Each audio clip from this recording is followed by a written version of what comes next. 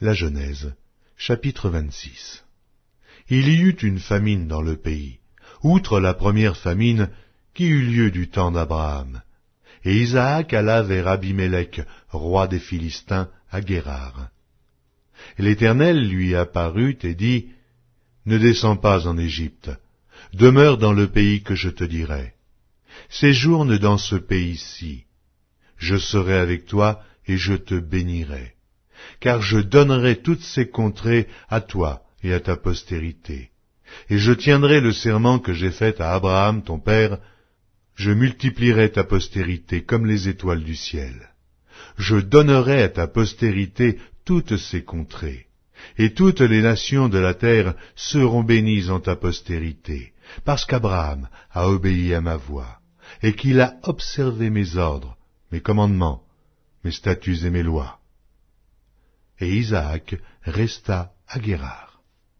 Lorsque les gens du lieu faisaient des questions sur sa femme, il disait, « C'est ma sœur », car il craignait, en disant ma femme, que les gens du lieu ne le tuassent, parce que Rebecca était belle de figure. Comme son séjour se prolongeait, il arriva qu'Abimélec, roi des Philistins, regardant par la fenêtre, vit Isaac qui plaisantait avec Rebecca, sa femme. Abimélec fit appeler Isaac et dit, « Certainement c'est ta femme. Comment as-tu pu dire c'est ma sœur ?» Isaac lui répondit, « J'ai parlé ainsi de peur de mourir à cause d'elle. » Et Abimélec dit, « Qu'est-ce que tu nous as fait? Peu s'en est fallu que quelqu'un du peuple n'ait couché avec ta femme, et tu nous aurais rendus coupables. » Alors Abimélec fit cette ordonnance pour tout le peuple. Celui qui touchera à cet homme ou à cette femme sera mis à mort. Isaac sema dans ce pays, et il recueillit cette année le centuple, car l'Éternel le bénit. Cet homme devint riche, et il alla s'enrichissant de plus en plus, jusqu'à ce qu'il devint fort riche. Il avait des troupeaux de menu bétail, et des troupeaux de gros bétail, et un grand nombre de serviteurs. Aussi, les Philistins lui portèrent envie. Tous les puits qu'avaient creusés les serviteurs de son père, du temps d'Abraham, son père, les Philistins les comblèrent et les remplirent de poussière.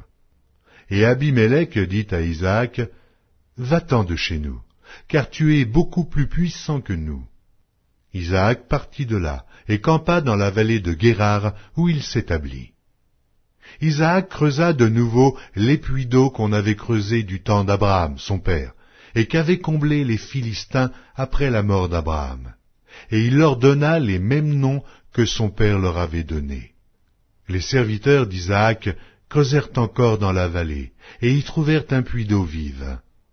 Les bergers de Guérar querellèrent les bergers d'Isaac en disant, « L'eau est à nous. » Et il donna au puits le nom d'Essek, parce qu'ils s'étaient disputés avec lui. Ses serviteurs creusèrent un autre puits au sujet duquel on chercha aussi une querelle, et il l'appela Sitna.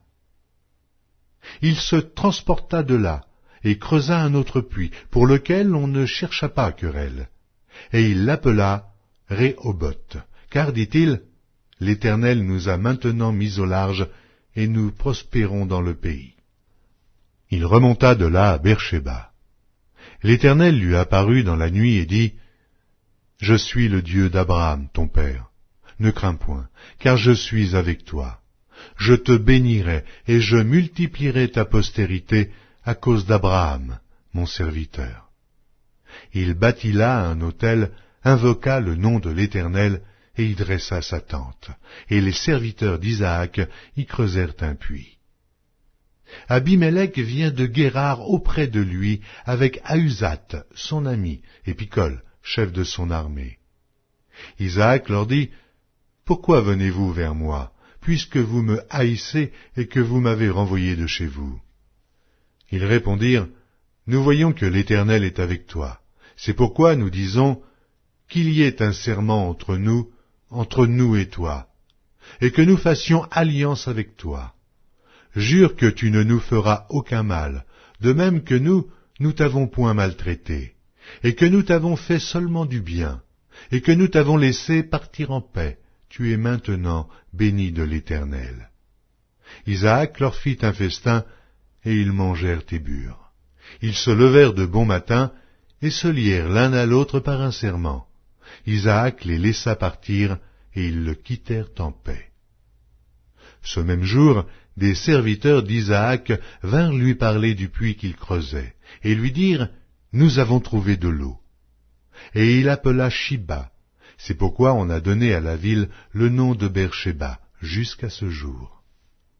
Ésaü, âgé de 40 ans, prit pour femme Judith, fille de Bééri le Héthien, et Basmath, fille d'Élon, le Héthien. Elles furent un sujet d'amertume pour le cœur d'Isaac et de Rebecca.